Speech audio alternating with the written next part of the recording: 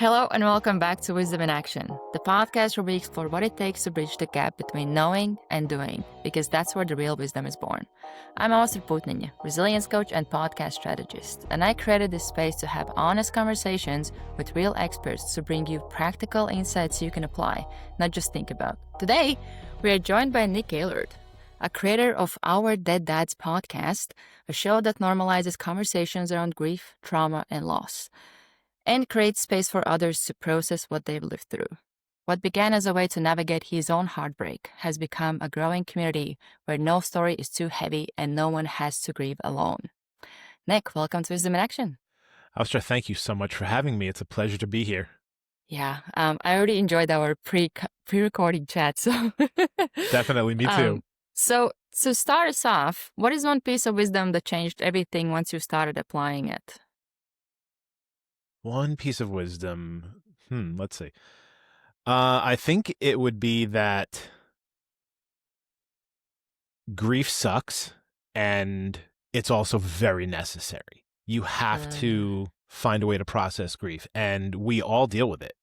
The only way that we're not going to deal with grief is if we die first, and then that will be somebody else's problem. So maybe then it'll be kind of an easy way out. But until then, we're going to deal with loss. In fact, I'm sure it's safe to say that we have all dealt with loss, but we don't deal with it the right way most of the time. And I think that's largely because of how we were taught or not taught to deal with it. And I think it's just grief has been done all wrong forever. And it doesn't help when you don't have the tools to process what you're feeling. When I was growing up, so to give you an example, I'm going to turn 50 this year. So when I was being raised, back in the early 80s, we were told not to talk about these things. Mm-hmm. And of course, we were also told respect your elders and adults are the smartest ones around. So, all right, we're going to listen to them. And if they say we're not supposed to talk about this stuff, well, then they must know what they're talking about, right? No, not so much. So that's just how we were raised. We don't talk about this stuff. That's always what we heard. And it didn't do us any favors, because once we got to be adults, once we all got to be husbands and wives and parents, and now we're all raising other little humans. By the way, my wife and I don't have any kids. We weren't fortunate enough to have them, but that's okay. We love our nieces and nephews, and we get a hand in raising them as well. But for the next generation, we have to change the narrative, or else we're going to be passing on very bad information. We're going to be passing on information that is not useful and productive. So that's kind of my words. I don't know that I would necessarily call myself an expert in this field, far from it. I think I didn't go to school for this. This is something that I started because I've had an overwhelming desire to help people. I just have always had that. And when the time came, this just seemed like a natural fit. So that's, I guess, my starting words of wisdom is when you find yourself dealing with grief, and again, if you haven't, you will, make sure that you take the time to process it and do it effectively. There are so many resources out there. It doesn't have to be a therapist, because a lot of people have a hard time with the word therapist. They think that it's just taboo, and if you have to go to see a therapist, then there's something wrong with you. I believe that everybody in the world should be in therapy at one point or another in their lives. It is so helpful, and it's so necessary, again, because we don't have the tools to do it on our own. So just embrace it and find your way through it. Talk to somebody. Talking is so important. A lot of us don't know how to start the conversation. Something that I have experienced over the course of a lot of years is people randomly coming up to me, and whether it's people I know or sometimes people I don't know all that well, coworkers, strangers, friends, they're just kind of, I feel like I have an invisible sign over my head that says, this guy will talk to you. And people would just come up to me and say, hey, I just kind of need to get some stuff off my chest. Can we go talk for a few minutes? I just need to vent. Yeah, sure. Let's talk. And sometimes it would be a 5-minute conversation. Sometimes we'd go out to lunch, and never really knowing what they were going to talk about. But when the conversation started, they just started unloading. Why Usually it do was Yeah, go ahead. no, I was gonna, usually it was either a hard time they were going through in their lives, or a recent loss, and they just couldn't get past the sadness and the grief, and just talking about it made them feel so much better. And I'm not saying that that one conversation with most people was the end. They weren't cured, they weren't fixed, but It's a getting start. that conversation started was the start that they needed. And in a few cases, some people would end up finding a therapist, finding somebody professional and long term to talk to, but that was the jump start they needed. So it doesn't always take a lot, but it's so important to just get the conversation going. That conversation alone can feel a lot, and that's what I wanted to ask you. Do you know what is it about you that makes people feel safe to approach you or start a conversation? Or if you would have to guess, I because it's such an important thing to know, not necessarily for you, but for people in general.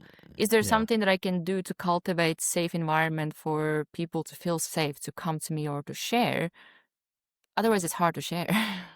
Sure. That's a great question. And, something that I've always had an issue with, and my wife will tell you, I am kind of my own worst critic, and I'm probably the person that has the hardest time giving myself a break. But if I had to, I think I would have to probably channel everybody else's answer to give you an answer.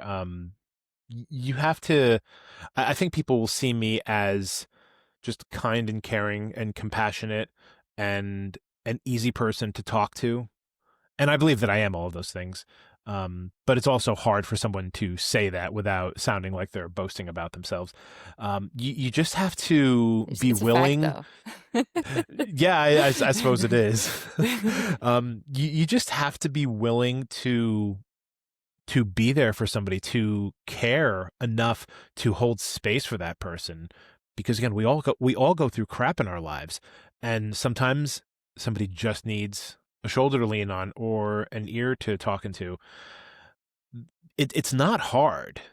Being kind is free, and there are different levels of kind, but you never know what kind of a difference you're going to make in somebody's life until you just try. And again, I don't even think it's all that hard to try to listen to somebody. Just when somebody says, I need to talk, just be open minded. Don't judge anything that they're going to say. And also, don't try to make it about yourself, because when somebody wants to talk to you, let them talk. They have things that they need to say. This isn't about what if you come to me and say, Nick, I've got some stuff I just need to get off my chest. It's about what you want to tell me, not what I want to tell you. If you want me to give some advice or give some suggestions, then say, what would you do in this situation? Or how do you think I should approach this? And then I'll give my best educated answer. But until then, when you're in a space where you're listening to somebody, just listen. And sometimes you don't even have to do a lot of listening. Sometimes people find comfort in just sitting in silence and not saying a word because they don't know what to say at that point. And the big problem with dealing with grief, especially immediately after a loss, is it makes a lot of people extremely uncomfortable. And that's why a lot of people won't put themselves in that situation. They won't, or maybe they can't hold space for somebody because they're uncomfortable with that idea. And what it really boils down to is if you're going to a funeral, like your best friend lost, their mom or their dad or their grandmother, and you're going to the funeral to offer support. It's not about you. Even if you knew the person who died, it's not about you. At that point, it's about the person that you went there to see. I mean, we don't go to funerals for the dead person. We go to support, well, partially we do, but mostly we go to support the surviving family members. So don't make it about you if you're ever in that situation. Make it about them, and just let them say what they need to say. Let them cry, let them scream, let them sit there in silence. If they start crying, don't say it's okay. Don't give them a tissue. Let those tears flow. Because if you give somebody a tissue when they start crying, it's almost like you're saying, well, you got to wipe your tears away because I'm uncomfortable seeing you cry. Too bad. Deal with it. Because that is the loss. That's how intense this is for that person, that the only thing that they can do in that moment is cry. Let them cry. Let them feel everything that they are feeling. Because if you can't be in a space where you can validate the feelings that person's feeling, then you're not being productive. There's something that I have learned about this from my experience. Even even just thinking about others crying. I Mhm. remember at first I would be like, what do I do? Like Yeah. you just don't know what's like. You kind of feel awkward, and you're like, do I hug you? Do I like what do I do? Yeah. What's the best thing to do in that moment? But one thing that I understood is that um the more comfortable you are with your emotions, the more comfortable you are with other people's emotions. So the more comfortable I started to become with my own emotions, the less I actually felt like there is the right thing to do. Right. It's hard to know what's the right thing for each person, or it comes with like practice, experience, and all that. Absolutely. But it doesn't throw me off if somebody's crying, and it's Right. partly because I have built much better relationship with my emotions, where it's not Yes. like crying, uh-oh, error. It's like, Right. oh, it's like this bad thing that we can't have. It's like it's Right. just part of being human, and it's Exactly. it's something that I think I remember there was this a moment a few years ago. I was in UK, and I just remember, I don't know the reason, but I was sitting on the floor crying and feeling shitty about myself. And Yeah. I saw crying as like, I'm crying, but there's these like, I don't know, like demonistic black creatures circling. And those are my Right. negative thoughts. And what I noticed is while I'm crying, I grab one of those and then I start listening to that, applying or like thinking it's true. And now I start to feel even worse and I'm crying even more. And at that moment, I realized that what if I just don't do that and I just Yeah. allow emotions to come out? That's it. Like it's just there's a reason why it's coming out. Do Yeah. I always need to know the reason? Not really. As long as I let it No. out and I Yeah. don't make it mean anything. It doesn't make me weak. It doesn't make me anything. It's just emotion No. coming out. It's absolutely that. That you could, I don't know if you could have said it better. It is emotion coming out, and it's not right, it's not wrong, it just is. You need to let those emotions flow, because if you can't even allow yourself to feel the emotions that are taking over your body at that moment when you're sitting on the floor and you're crying and you're hysterical, if you can't allow yourself to just let those feelings happen, like analyze them later. Think about, like, what's going on? What the hell is wrong with me? Don't think about that in the moment. If you need to cry, then have a cry and do it for as long as you need to, whether it's 30 seconds or 30 minutes. And then you can later on, all right, when you recompose yourself, then if you need to think about it, then that's fine. But if you can't even be comfortable with your own emotions, how the hell do you expect to be comfortable around somebody else with theirs? You can't. You have to find a way to embrace it, because as one of my friends says, embrace the suck, because it does suck, but it's going to happen. Unless you are void of human emotion, then you're going to feel it. And sometimes you might feel it more than others, but you're going to feel it. And again, if you want to ever be there for somebody else, you have to be able to process what you're feeling. And again, it doesn't mean you have to have all of the answers, but It can be even as if you simple just as allow. knowing, like being aware of how I feel. It doesn't have to be Yeah. always knowing why you feel this way or whatever Right. might be the case. I had somebody try to convince me when I got triggered, not triggered, I didn't get triggered then. I just felt like crying. Yeah. Like I'm just sitting in gym, feel like crying. Yeah. And and I was told that like you need to dig into it. You need to try to understand it. And what I did in that moment, I didn't do digging. I usually I call it like scanning or kind of quick analysis. Okay. I'm just like, okay, is this gym anxiety? No, not really. Was there something that triggered me to feel this way? No, not really. I just feel like shit. I feel like I just want to cry. Um, Yeah. and then I was like, okay, I'm just gonna finish the gym session and I'm gonna go home and I'm gonna cry. Like, that's it. And another way how I now do crying, I'm just like, I cry it out and I'm like, is there anything else? Okay, a bit more. Okay, anything else? Okay, are we done? Okay, let's move on. That's It's right. just like it's like emotion that wants to come out, but Yeah. it is so hard to approach it that way or build awareness to the moment where you see it that way, instead Yeah. of because I think in that moment, what happens is you do feel bad. So when you feel bad, you will have bad thoughts show up. And then you're really, especially if you think your thoughts is you, it's Right. really hard to distinguish that when you're in that moment and not to go down that rabbit hole. Right. Some people, if they can't put a label on their feelings, if they can't describe exactly what they're feeling and why, then they might start to think, well, shit, there's something wrong with me. No, there's not something wrong with you. Sometimes you just need to cry. Sometimes you know the reason. Sometimes you don't. You could be crying about something that happened 10 years ago, and you might not be fully aware of it at the moment. And then later on, something might start going through your mind, or maybe you had a fleeting thought I about actually something, have and example on then this. Um, please share. and I would love to hear this. it is something that I wanted to touch on as well, because grief is something that I think we always think it's when you lose somebody, but it's not always the case. I actually have two It's, examples of that. yeah.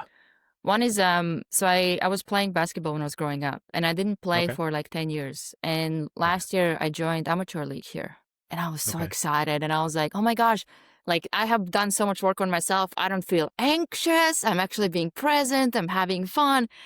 Right. And we were supposed to have a game on Sunday. On Okay. Tuesday, I badly injured my ankle. Like I knew it was Okay. bad. I knew I'm out.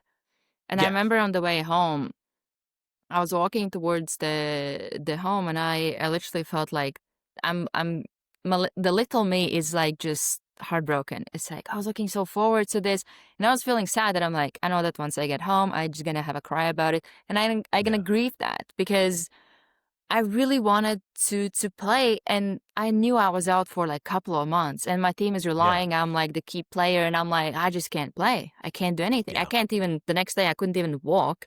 Um, Right. and uh, and with that, it's something that I also realized the same thing with friendships. Because like I Hmm. had a friendship that it kind of fell apart, Okay. or it just kind of like we grew apart, or whatever might be the reason. Um, Sure. and and I realized that I actually would go through the process of grief, and I was trying to understand why. And I understood that what I was having grief about was the potential of that friendship. Not the current friendship, but the potential of it.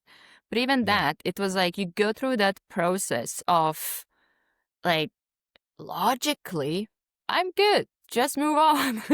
Yeah. Emotionally, doesn't work that way.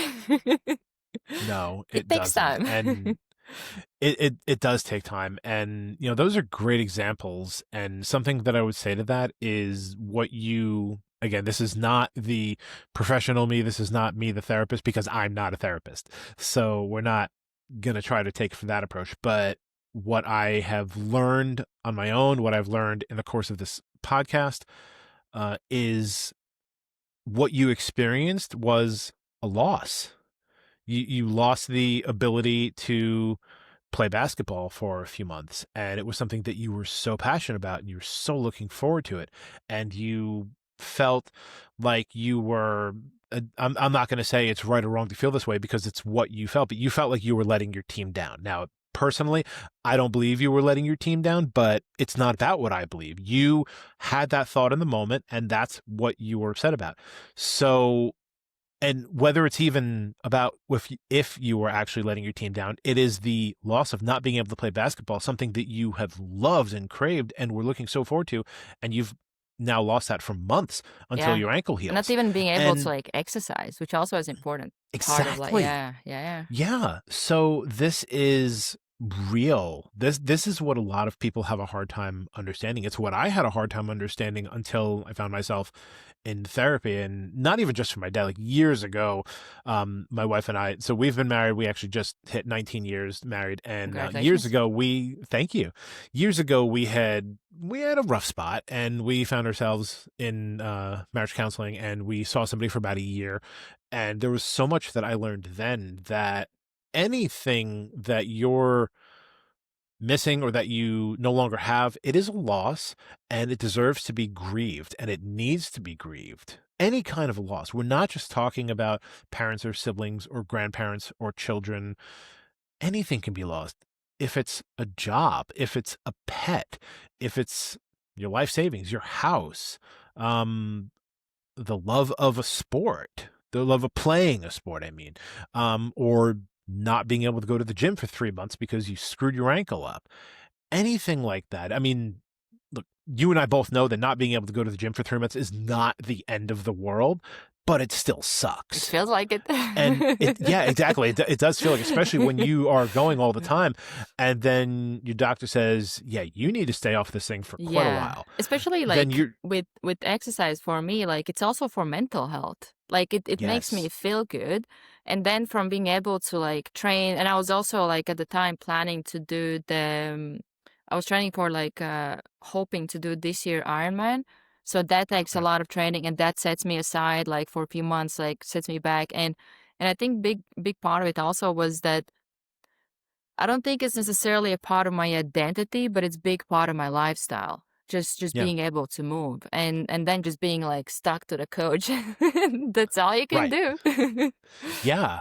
And those are real feelings. Those are valid. And you need to find a space where you can process that either with someone else or on your own.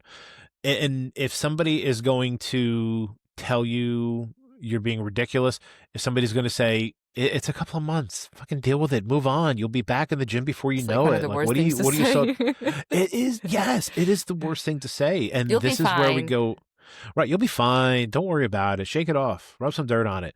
This is where we get it so wrong, excuse me, with funerals and with wakes. How many times have you heard or seen people that go to a wake and they say things like, "Oh, well, at least they're not suffering anymore," "Oh, well, they're in a better place," or they're it's for the best and they're out of pain. Like, really? That's what you want to say? Like, what about the person who's sitting there who you're talking to? What about the pain that they're in? What about how they're feeling? Like, yeah, the other person might not be here, and even if it was, I don't know, some terminal ailment or illness, and God forbid they were suffering, and sure, that it's yes, It's it like might be one true side of that it. yeah, that's one side of it. It may be true that that person is not suffering, but what about everybody else, the family members who are now dealing with the fact that this person who has been a fixture in their life forever is no longer here and they have to navigate this new reality? Saying, "Oh, well, at least they're not suffering anymore," and that is just the shittiest thing that you can say. Like, why would you even bring that up? Because you want to talk about suffering. The people who just lost that person are the ones who are suffering and are going to continue to suffer. What would be a better That thing to say?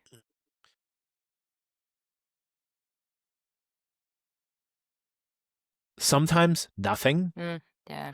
sometimes um and again the person's not always ready for this, but maybe ask about ask a question about the person. Have a story about the person.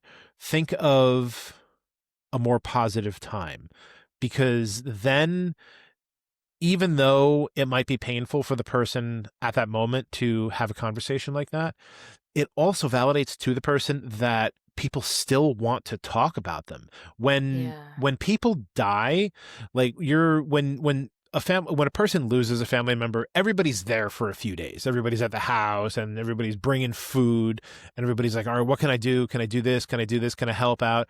And then everybody goes to the wake and everybody goes to the funeral. But then after that, everybody goes back to their lives because it's just it's the real world. We have to continue to go back to our lives. But the conversations stop. Everything gets quiet. Everyone gets quiet. And the questions become fewer and fewer. And then all of a sudden, it's just you in your thoughts without that person trying to figure out, how the hell do I navigate this? So But I think maybe something another to better. another I'm sorry, go paradox ahead. of this, actually, I think as you were talking, I was thinking it could also be that people might naturally think that they don't want to bring that person up because they don't want that person to feel bad as well. Right. And some people will say exactly that, or some people might say, well, I don't want to bring them up because I don't want to remind them of it. Now, if you've lost somebody, you will never, ever in your life have to be reminded that you lost that person. So that is just total bullshit. And anybody who has ever thought that, just erase the thought from your mind. Don't ever worry that you're going to remind the person that their loved one is dead. You won't ever have to remind them.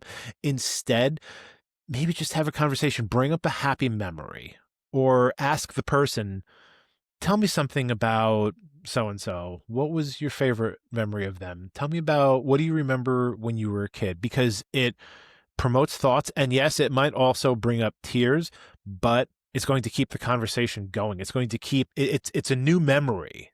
To have that conversation, it is a new memory. It's something that both people involved can look back on.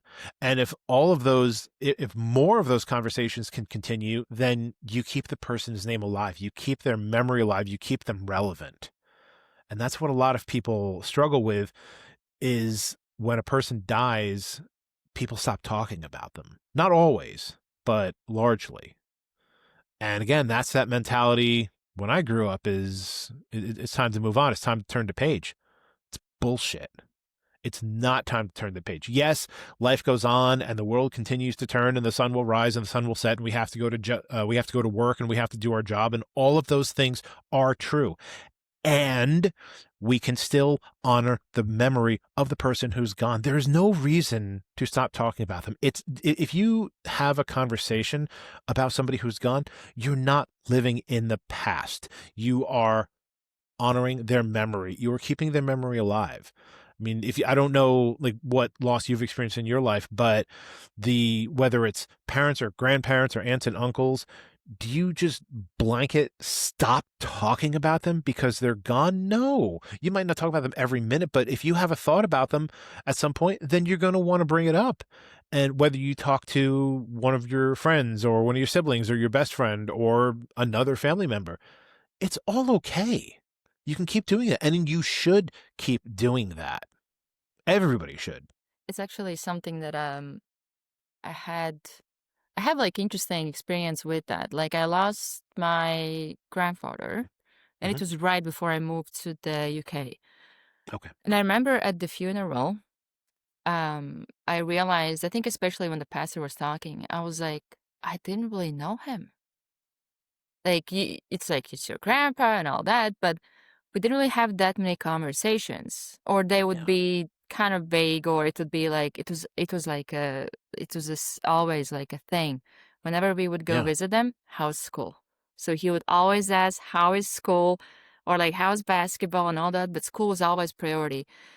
And I remember there was this one moment where I think it was one of the first times when I actually felt seen in the family, because I have always been this like odd one out, or maybe not odd one out. I maybe felt that way. I was waking up at 5 a.m. doing my workout since I was like 12 years old. Yeah. Hello. Maybe not since I was 12, probably my early 20s. I'm yeah, even still every day I'm up at 4 and I'm at the gym at 5. Yeah. The only reason I didn't go this morning is because I sliced my finger open last night and I was supposed to do upper body workout, so I need to let my hand heal. Yeah, so like Yes. that's where I would always kind of annoy my family, because like I didn't have my own Yeah. room. So they would hear everything that I'm like waking Oh. up, all my alarms and everything. And I remember there was a moment when my grandpa, he was pretty much like in the bed. He had no energy in him. My mom was literally translating what he was saying. Okay. And my grandma asked if my dad can help him shape his face, Yeah. because he always was like super, like everything was like spot on. And Yeah. my dad turned to him, asked him like, Dad, do you want me to shave your head face? And he was like, no, I can do it myself. And Okay. my grandma at that moment, she turned to me and she was like, that's what you have from him. And I was like, in that, my first thought was, she knows? Like she sees me, she sees that in me, because I never thought Yeah. they would see those traits in me. But one thing that I remember from the funeral, which I have taken with me, is that Yeah. I realized that I didn't really know him that well. And that's where now, like, since then, I have been really intentional with when I'm with family, being present with them. When I'm meeting grandma, Yes. asking her questions, having conversations. And I have learned so much, so many different stories about her life. And with that, also about like grandpa. And same thing with my Yeah. parents. I'm actually being present, having conversations, and giving them space to the point where sometimes now like my mom sometimes start to just share something herself. I Hmm. haven't even asked Yeah. anything. And that's been really interesting, because then if I think about them at some point not being here, which is another thing, actually, I remind myself, I think everybody has this, where like there's moments when like you're talking to some people in your family and you're just like, ah, come on, how long can we be? And what I say myself in that moment, there'll be a day that I'm gonna miss this. And that Yeah. always helps me to keep grounded and be like, there'll be a day that you're gonna miss this. And you will wish you could be this annoyed with something that they said for the third time that they already told you. You miss there gonna be a day that you can do that. Yeah. And that's been like really that one experience.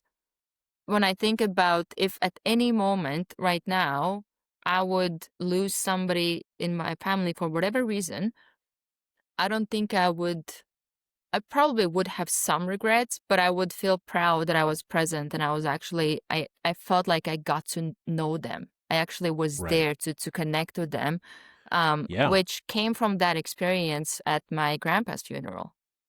Yeah. And it's I understand why you're saying you felt like you didn't know your grandfather, and you probably knew him better than you would give yourself credit for. But Yeah, I also understand as much the in depth. right. Exactly. There's a lot more surface conversations there, and there's Yeah. not as many in-depth conversations. How old were you when your grandfather passed? I think I was 20.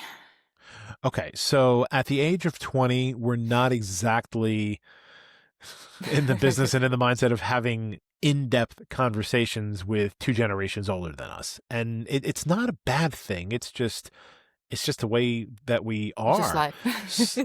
It's just life, Yeah. exactly. It's not that you didn't love your grandparents Yeah, yeah. or that you didn't want to talk to him. You just like you guys talked, but you didn't talk about the deeper stuff. So instead of giving yourself shit for that, you made something positive out of it. You recognized that you didn't know I as actually was much about. impressed. I was at the funeral. I was listening. I'm like, holy shit, he was such, like, I did not know. Like Yeah. it was, Yeah. I think it was less of like, oh, I regret. It was more so like I got the lesson that I want to apply with people that are still Right. alive. But I remember I was at the Exactly. funeral and I'm like, he did that and he did this. Like I had no Yeah. idea. Yeah. And he see even in afterlife, he's still changing you. You're Yeah. still learning about him. And those are all good things. And you took that lesson and you told yourself, I'm going to be more present. I want to be more focused on my family members and learn whatever I can at the time. And look, even if they don't do the same, who cares? They're going to live their life. You're going to live your life. And if they don't always put the same value on conversation, I'm not saying that they Yeah. don't, but if they don't, then you know what? That's their choice. Your choice is to be more present, to be more attentive. And that's amazing. You had that takeaway immediately. And that's not something that everybody's going to take away from a funeral. They're just going to be like, ugh, they're gone. Yeah, Now this what? sucks. Yeah, this sucks. But you took it a step further and you said you thought that there was a lot that you didn't know, and maybe you were right, but that, like I said, I'm sure there's also a lot there's a lot more that you probably know about him than you gave yourself credit for in the time. But you're also realizing that you want to know more. So I'm sure you probably had more conversations with your grandmother after that or with other family members, and you would want to know other history, or you'd want to know about other people. That's being in the moment. That's amazing. There's actually this interesting reframe that I learned about that even can be applied to this example where from every bad thing that has happened to you to find out three positive things that has come from that, but also find three bad things that could have happened if it didn't happen. Right. So it's kind of like finding, even in some ways, finding the purpose or some kind of purpose in that experience. Because like in my case, I probably wouldn't have realized that, oh, I didn't really know that much. I knew him as my grandpa, but I wasn't also that Yeah. intentional with getting to. I was intentional with getting to know everybody else, but like family is like, meh, it's family. You know them, you know. Yeah, it's family. They're always going to be there. Yeah. And then the more I did work on myself, and the more I started to also like have conversations with family members, I was like, I actually was getting to know them as people, not just as, oh, this is my brother, this is my mother, this is my grandma, you know, and even like through that, I probably, I don't know if it wouldn't have happened, but it might not have happened as soon or as quickly or as intentional if I didn't have that experience or that realization in that moment. Yeah. And something bad that could have happened is I might have actually not gotten to know him better through Right. stories from like my grandma or my parents and all that. So there's several things that we can always find when we have that perspective, which for me was like really interesting when I found that to even go through different experiences where I would look at them as setbacks or it's something bad that happened, where you see that it doesn't make it less bad or doesn't make it feel less bad, but Right. there's always some purpose or something we can find in the situation that happened, not in the moment. Like when you, especially with losing somebody, you won't be like, oh, this is great. This is so much positive things. Like, you will not have that. No, um, not likely. but I actually wanted to ask you, what is something that you have learned about yourself through your journey with grief? Or grief journey. Something I've learned. That's the right That's way a to good say it. question. Um, Everybody's capable of change. I didn't realize how stuck I was when my dad died. My dad and I did not have a good relationship. Really, pretty much almost everybody had no good relationship with him. He was married and divorced 5 times. I'm the oldest of his 7 children. He was all about himself. He took accountability for basically nothing. He blamed everybody else for everything that went wrong in his life because why would it be his fault? And I struggle to have a relationship with somebody like that I think everybody would. because, yeah, I think everybody would.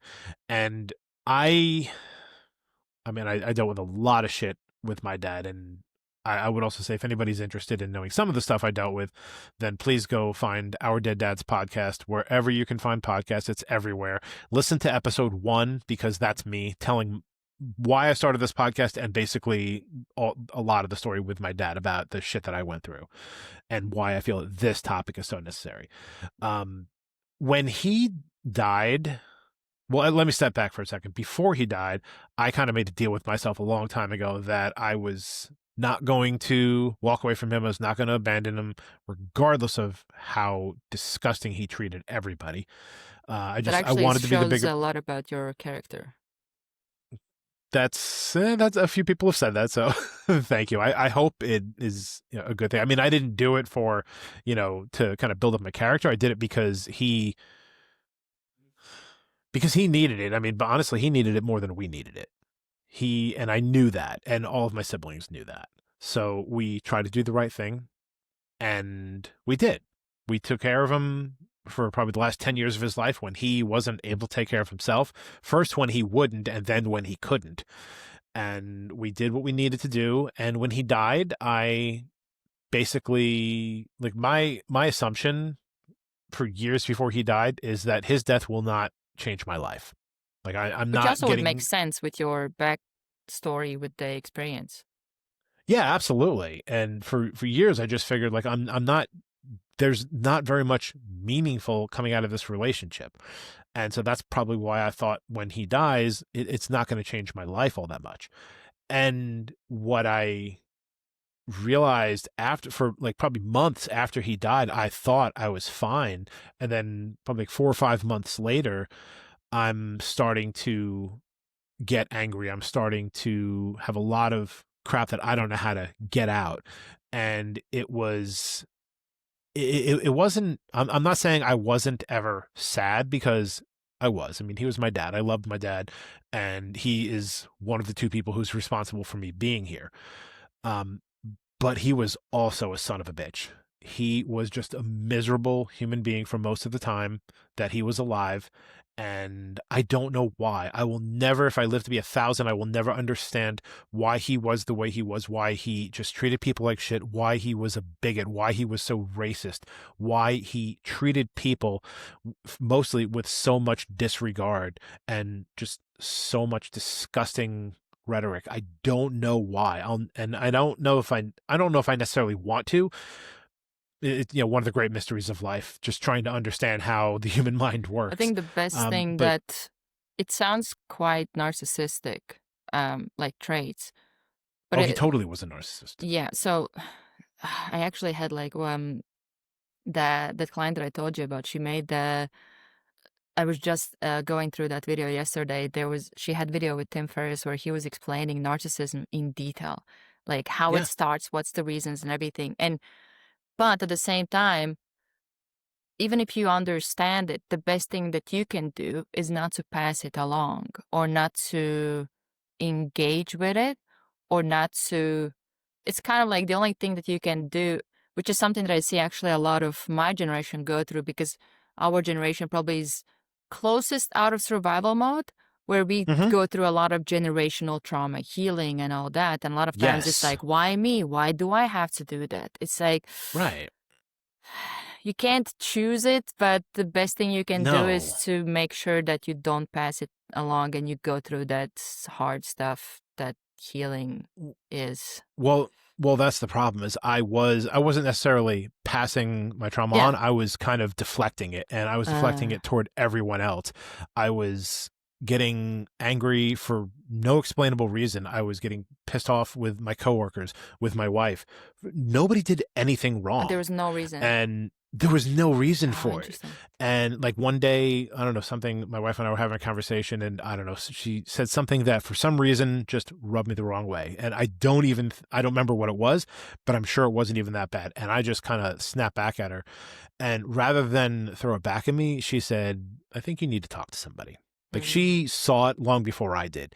And I realized immediately, like I kind of took a step back and I was like, holy shit, you're right.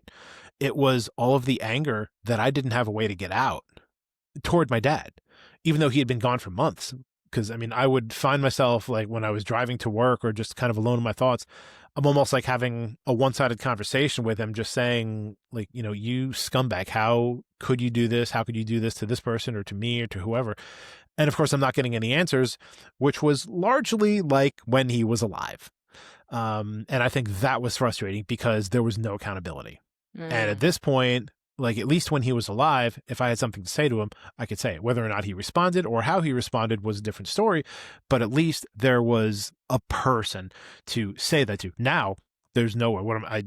No matter, some people will go to a grave and they'll talk to a grave. Like it's, for me, like I understand why people do it, but it's not the same. Like I've never gone to his grave just to talk to him and have a conversation. Like I just don't have that desire to do that. My youngest brother, Michael, does it all the time, and that's totally fine. I don't judge anyone who does that, but that's just not me. But I needed a way to get it out. And I found myself in therapy. And I had weekly sessions with someone for 6 months, and we got into everything. Nothing was off limits. And based on my prior therapy experience, I also knew that if I'm going to do this, I'm going to have to, as I said earlier, embrace the suck, and I'm going to have to get down and dirty. I'm going to have to be honest. I'm going to have to get really uncomfortable with this. And that's just what you have to do. You're not going to always realize when something's wrong. You're not going to realize when something's eating away at you. I sure didn't realize it. I didn't know that I was dealing with anger toward my dad. Like, I knew I was pissed at him, but I didn't know just how pissed I was. And so we had the weekly sessions. We got through 6 months of it, and at the end, I got to a place where I was able to let completely go of my anger. I was able to forgive him. I was able to forgive him for the person he was and for not being the person How that is we that? all needed him to be. Say again? How was that experience with the forgiveness? It Because that's a I I tough one. I, I felt free. I felt free of his shit that he threw on all of us for years. And I it just feels so good to not be pissed at him. And I say this, and I've said this on the podcast, ever since that last day in therapy. So it's been more than 3 years since that ended. He died in May of 2021, so a little more than 4 years ago, and the therapy ended about a little bit more than 3 years ago. It is honestly just so refreshing and so relieving to be able to think about him and not get angry. I Wow. mean, I have a podcast that is called Our Dead Dads. I mean, and that's because I have 3 younger brothers and I have 3 really close friends, and we've all lost our dads. And Our Dead Dads kind of became a joke between us. But when I decided to start a podcast, I knew I wanted to be about grief because I wanted to talk about something that impacts literally everyone. And the name, it was so unorthodox and it was just so perfect. So that's what we talked about. And I mean, I've talked more about my dad in the last year than I talked about probably in the previous 20 years. Yeah. And it's pretty amazing because I didn't ever think when he was alive that I would be in a place where when he was dead, I would be able to talk about him without being pissed off and without talking about what a scumbag he was. And I'll still say he was a piece of shit many times, but I'm also able to see that he wasn't all bad. He did things that were not good. He largely just his outward behavior would point to him not being a good person, but that was on him. Those were his choices. No matter what we do in life, it's all about choices. And I wish he could have made the choice. I wish he would have made the choice to be a better person, to not be so angry and so hateful and so bitter toward everybody for no reason. The best example that I can think of is his fifth and final marriage to well, I mean, they've been divorced since 2003, and I still call her my stepmother. She has been in my life since I was 12. She is a second mom to me. I love her, and she is family. For 5 years after they got divorced, he was just an absolute pig toward her. Just the things that I will not say on this show what some of the words that he was using, but just disgusting and vile. And he would say them in front of me. He would say them in front of his youngest kids who, that was their mom. I'm like, what the fuck is wrong with you? Like, that's their mother. Like, that might not be your wife anymore, but that's their mother. You need to stop being this disgusting. And he's like, you don't know what she did. I'm like, what did she do? Put up with your bullshit for 16 years? Yeah, she's a fucking saint. She should be routed very quickly to sainthood for putting up with you. Don't talk about her in front of your kids. You want to have a conversation where they're like, you shouldn't even do it with me. But I said, if you need to vent about her, if you think you need to vent, then you can talk to me. Do not say that stuff in front of your children, who that is their mother. But he couldn't get past that. He didn't care. He didn't care who heard him. He just needed somebody to hear him. That's what it was about for him. He needed an It was about audience. attention and It was about yeah. attention. He was a total attention whore. He needed the attention. He needed someone who would listen to him. Yeah. And he didn't get that from me. And he hated it. Yeah, you weren't But easy to manipulate. And that's no. something that narcissists don't like. They need that. I really like I was I think that podcast is still live, co-hosting the Magnetic Masculinity podcast, and um Sandy, who's the main like host of the podcast, I love Hmm. the way she described narcissism. She said that it's a shame disorder. Yeah. And that's where I think the hardest thing is to have compassion towards those people, especially when they have hurt you. Yeah. One thing that helps me with, to summarize them all, assholes, is Oh yeah. is imagine how hard it is to live with themselves every single day. Yeah. It's such a miserable existence to Existence. have, Yeah. and that's all they know. And a lot of times, unless it's like pathological narcissist or whatever is the word, where it's actual disorder, um there's something terrible that must have happened in their like upbringing and their life, and something that got them to the point to become like that. But I'm not saying that it justifies what they do. Like, that's not the Sure. case.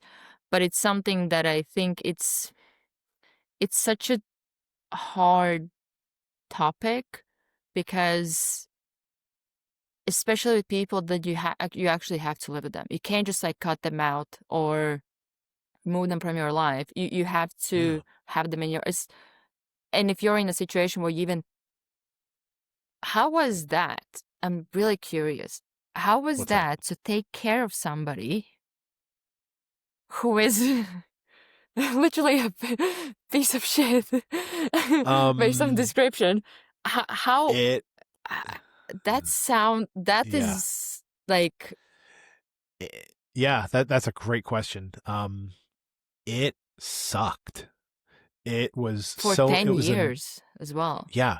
It was a miserable situation because the one big health issue that he had, physical issue that he had when he was 17, he was in a car accident. He was driving and got T-boned. The car flipped over. He went through the windshield. He was ejected from the vehicle. He spent a year in the hospital. This was back Well, in 1965. So like no fault of his own. He, probably should have died, but he survived. He had to relearn how to do everything, to eat, to walk, all the things.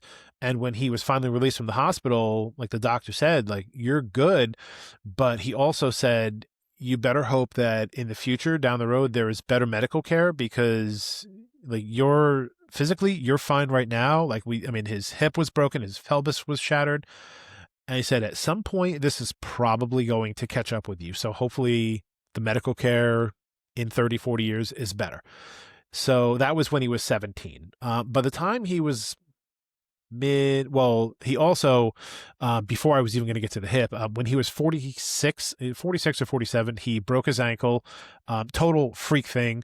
But he was going down the steps outside his house to greet someone who was coming over, and just missed the step and caught his foot somehow and fell, broke his ankle. He never rehabbed it properly. He didn't stay off. Like, it wasn't just sprained, it was broken. But he didn't stay off of it when he should have. He didn't rehab it properly, and his ankle never fully healed. So again, just, accident that had happened, not his fault that it happened, but everything after that was his fault. His hip started degrading probably mid-50s, his mid-50s. So I'd say probably about like late, like about the middle of the 2000s, like 04, 05, he was starting to begin to have trouble walking, and it just only got worse from there. He needed a hip replacement. He was told many times. His answer was, I'm not going to have one. His response was, I'm afraid of the anesthesia. And I would say, well, can we have a conversation about that? Because do you want to be afraid of the anesthesia, or do you want to have no quality of life? Like, you need a hip replacement. You've known that this was a possibility since you were 17. Like, there's the technology now to do this. So have the hip replacement and deal with physical therapy, and you'll get your mobility back. You'll get your quality of life back. He wouldn't do it. So it was a constant fight every time we took him to the doctors, because his mobility basically limited everything. When he finally stopped working, his retirement was sitting on his couch. He would sit on his couch. He would watch TV. He would play video games, and he would eat, sleep, That was about it. His physical activity was next to nothing. His activity was literally limited to getting up to get food, cook food, go to the bathroom, shower, or go to sleep, or get out of bed. He barely ever left the place. I mean, it got to the point like he was having his groceries delivered because it was starting to hurt too much to do that. So these are things that could have been changed. And it was so frustrating because he had all of the tools available. He had the resources available and would not do it. So it was so frustrating because one problem led to a second problem, led to a third problem. Like the immobility led to gaining a ton of weight. And the gaining a ton of weight led to high blood pressure, led to type 2 diabetes, led to ultimately led to kidney issues and eventually kidney failure. He was in congestive heart failure for the last 3 years of his life. Like everything was avoidable. And that was the hard part. And every time we took him to a doctor, we took him to a specialist, and they would say, you need to do A, B, and C. Oh, I'm not going to do that. Why the fuck are we bringing you to the doctors if your response is going to be, I'm not going to do that? So that's what we dealt with. And that sucked. I never had a problem leaving work early, going into work late, taking time off, taking him to the doctors. I had the problem with his inability to grasp reality. Yeah, the And attitude. to the attitude to just be willing to take care of himself. He wouldn't do anything. Yeah. And it was so annoying. So I would have been more willing to put up with it for a lot longer if he just would have been willing to help himself.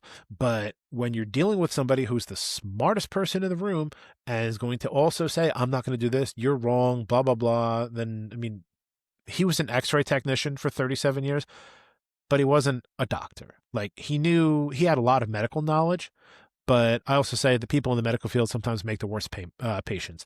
My mom was a nurse for 47 years, and she also, while she's still alive and generally she's okay, but I mean, she has ongoing health issues that same thing. Like some of the issues that she has is because of her own doing, that she didn't take care of herself the right way and led to other issues. Like the people in the medical field sometimes make the worst patients. You treat everybody else, but you don't treat yourself, or you don't treat yourself the right way.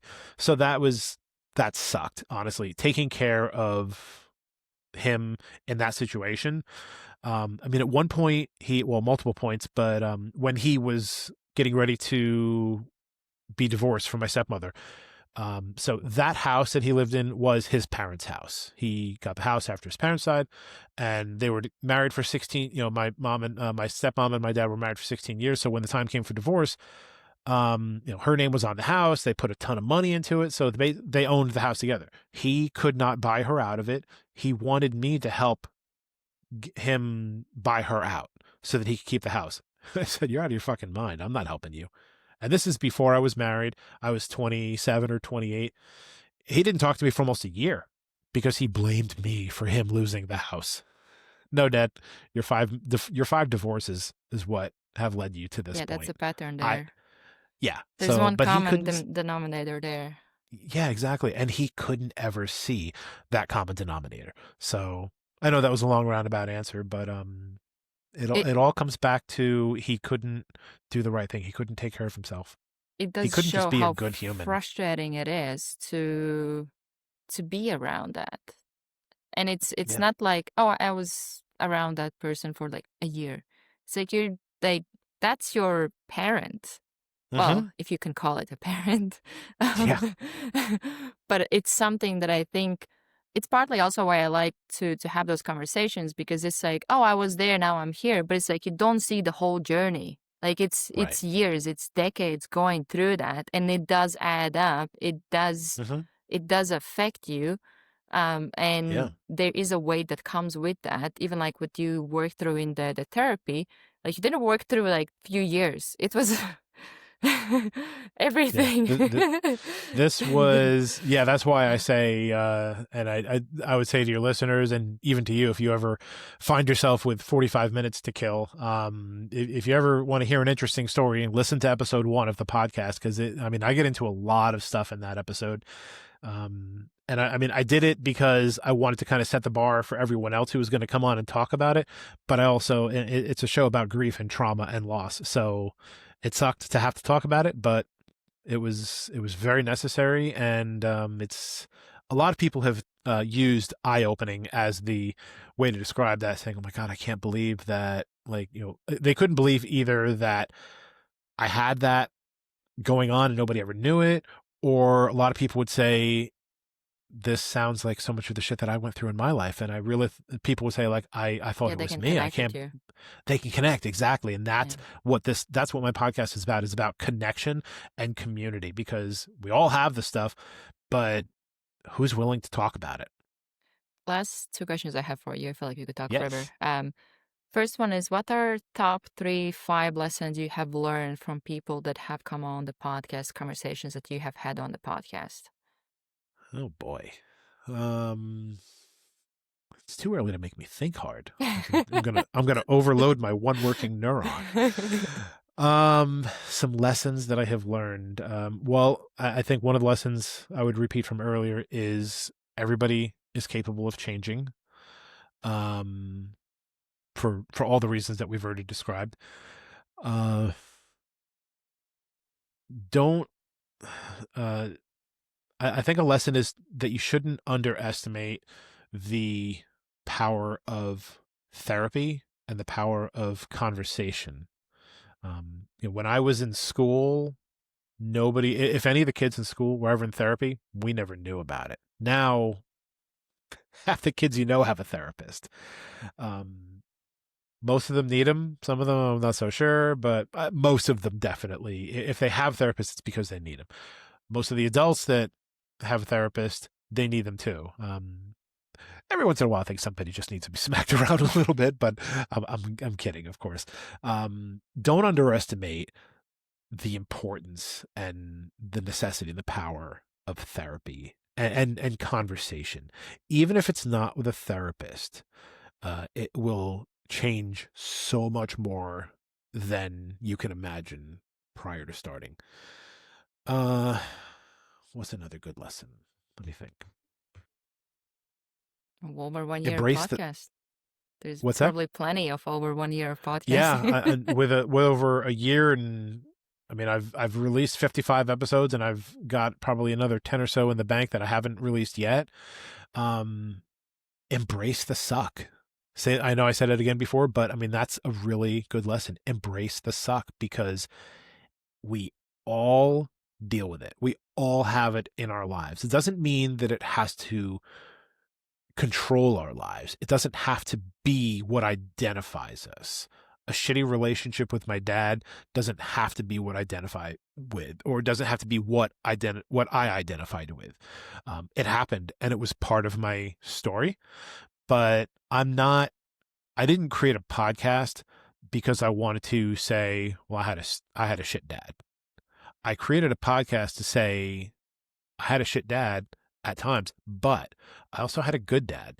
And there are things that you have to put into a balance. Like, yeah, you can talk about the bad stuff, but also embrace the good stuff. If some people will say they didn't have anything good, if that's the case, then I'm truly sorry for that. But again, 5-10 years ago, I could never have pictured myself doing this, having a conversation with my guests, being on other podcasts about my dad and about the necessity of grief and grief processing. I'm not saying I wouldn't have done it. I just couldn't picture myself doing it because it wasn't part of my reality. And I'm only able to do this because I embraced the suck. I embraced everything that I could not stand about my dad, and I have turned it into a positive, and I have turned the light onto the positive about him, to be able to do this, to be able to tell my story and to share my story, and to be able to help others share theirs. So embrace the suck, because it makes a difference. All right. And before the last question, where can people connect with you, learn about you, listen to podcasts? Everywhere. I am on Facebook, TikTok, Instagram, LinkedIn. You can just either go on to any of those and either search Our Dead Dads Podcast. I believe all of the accounts the username is at Our Dead Dads Pod. Because I think on one of them, Our Dead Dads Podcast, was too long, so I shortened it to at Our Dead Dads Pod. And so it's the same across the board. Or again, just search Our Dead Dads Podcast. As far as listening to the full episodes, a couple places you can either go to any of the big podcast platforms, Apple, Spotify, iHeart, Pandora, Amazon Music. There's, I think, there's plenty. 8 or 10 others. There's plenty. Like if you can't find me, you're not looking. You can also go to ourdeaddads.com and you can listen to all of the back episodes there. Every episode has its own page. And also there's a bunch of things in there. I have a be a guest form. If you go onto the contact us tab at the top, if anyone listening is interested in talking with me about being a guest on the show, fill out the be a guest form. It goes right to me. I don't have a team of people working. Like, I will see it. I will respond to you. There are a couple of other contact forms. At the end of every episode, I end with a whole bunch of random questions, and people have asked me, I've got some random questions I want to kind of throw into you and, put them into the list. And so there's a form where you can fill those out, or you can add those questions in and I'll add those into the mix. There are, in the show notes of every episode, there are links to my guests' websites and social medias. A lot of them are therapists and life coaches and grief counselors and authors and so many other things. And some of them are just random people who are looking to connect. All of their information is there. If you listen to an episode and you want to connect with the person, go to ourdeaddads.com and go to their episode page. They've got all that information. You can connect with them. I have recommended tabs on my website for the books that the guests who are authors have written. There's so much information there. And by the way, if you are not sure where to go, if you're looking for resources, I don't, kind of like you, I'm not like the best resource gatherer yet, but with all of the guests that I have worked with, who I've been honored to work with, I do have a lot of their resources at my disposal. So if anybody is looking for someone, if you want to talk to somebody, even if it's not me, if you need to be put in touch with somebody else, reach out to me. You can be like a good guide of like, oh, I need help with this, and then you can. I can definitely do that. If there's, if you're in a situation where you need a counselor, if you are someone who is, God forbid, in a domestic abuse situation, one of the episodes recently, Gabby Petito, I'm not sure if you know who she is. She was about 4 years ago. She was 22 years old. Her and her fiance, who was either 22 or 23, they set out on a trip across the country, and a couple months later, he returned home without her. He took her life and then ultimately took his own life, and it was not a good situation at all. Her parents, actually, she basically has 4 parents. Her mom and dad split when she was 6 months old, and then both married someone else when she was very young. And so Gabby grew up with 4 parents. All 4 of her parents started the Gabby Petito Foundation, which puts emphasis on domestic violence prevention, advocating for finding missing people. I have become very active with them and their foundation. I've gotten to know all of them very well. I've interviewed her mom and her stepdad. I'm going to be interviewing her dad and her stepmom actually next weekend. And I've put out a lot of information on that website, and so many other things. I've got a lot of resources. Anybody, if you're in, again, this podcast is about grief, trauma, loss. If you've dealt with anything, even if you listen or if you go through my website and you're not sure if I've got a resource for it, reach out to me. If you just either reach out to me through any of my social media channels or through the website. And if you need to talk, if you've got a question, reach out to me. If I don't have the answer, I will find a way to get you the answer, because this is, I've said it a million times, this isn't just a podcast. This is community. We all need to help each other. So there's so many ways you can get in touch with me, and I hope to, and by the way, please listen to the podcast and spread the word about it, because I am on a mission to change the world, and I can't do it without the help of, That helps. Yes, please leave reviews, especially Apple Podcasts. That is where it seems to help the most. Leave a review, give me a 5-star rating. Just, I don't know, say whatever you want. Say you're following orders, but also maybe say I love the podcast. Say whatever it is, but please leave the reviews, tell other people about it, because I'm not trying to say it to kind of boost myself up, but I really believe that this is making a difference.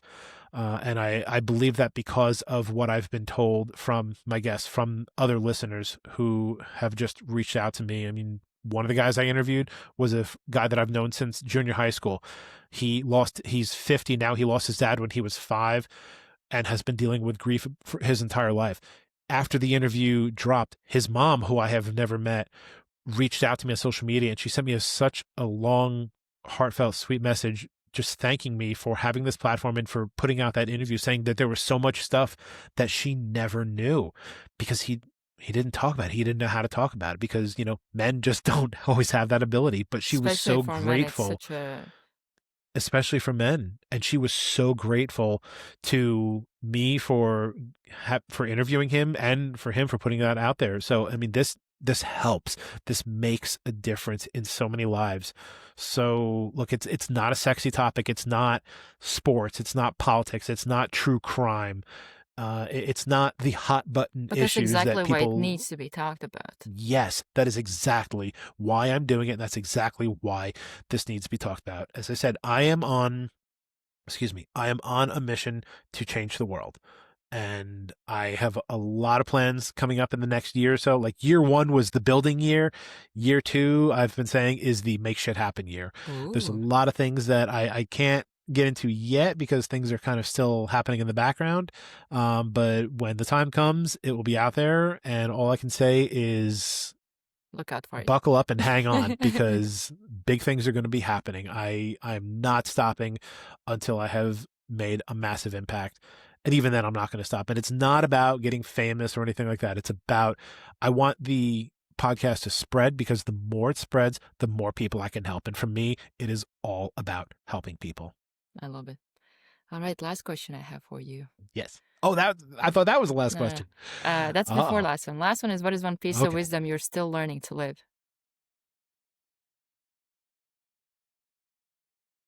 Nothing's easy, especially grief. Kind of to mirror everything I said about just get through, to find a way to process it and embrace the suck. It's so true. You when you think you know how you're going to handle a situation, you don't know shit. I thought, as I said earlier, that when my dad was gone, I was fine. I thought I would be fine. I didn't think that I had a lot to worry about. And I realized after, thankfully, because I have someone in my life who kind of, without smacking me around and basically smacked me back into reality and said, you need to talk to someone. Don't think that you always have it all figured out because none of us do. Even if you work in the field, even if you are a therapist, even if you're a life coach, even if you're a counselor, just because you help people for a living or as a huge hobby or a second job, whatever, or as a passion, it doesn't mean you have it all figured out. And even if you have the ability to help people, then continue helping people. But at some point you will, if you haven't already, you will go through your own shit. And if you have gone through your own shit, there's a good chance you're going to have something else to go through. Don't discount anything that you feel. Don't second guess like, oh, well, it can't really be this bad. Maybe it is that bad. If you are feeling something, your feelings are valid. Your feelings are real. They deserve to be processed appropriately. So don't think that you have all of the answers because none of us have all the answers. We're just trying to figure it out.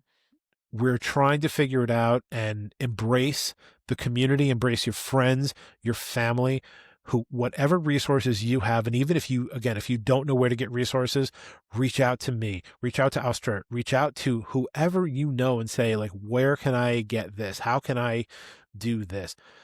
And if you're dealing with people who aren't willing to help you or say, don't be ridiculous, then you're talking to the wrong person. And by the way, if you encounter that, especially if you encounter it in therapy, if you go to a therapist and you're not comfortable working with this therapist, don't quit therapy. Find a new therapist.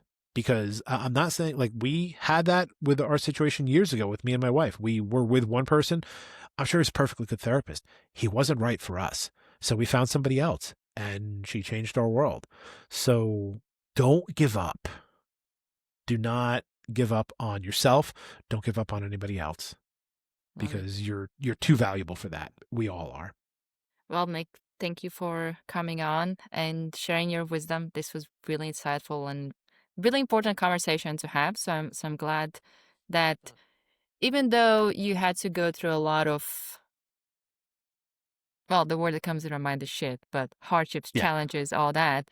I'm glad to see that you were able to find purpose, like really strong purpose in what you're doing, and you're out there helping others. So thank you for what you're doing and service and everything you provide for people that are going through the grief. Absolutely. And thank you ahead. so much for all of that. I really appreciate this opportunity to be here, to be on your show. I'm so proud to be part of it. And I was thrilled when I saw your initial post and I was able to get in fairly early. And I know that it hasn't released at the time that we're recording. I know it hasn't released yet, but I can't wait for it to release, because I want to become an avid listener of this podcast. And when this does release, I'm going to be sharing far and wide about this podcast, because I think that what you're doing is incredibly valuable and necessary.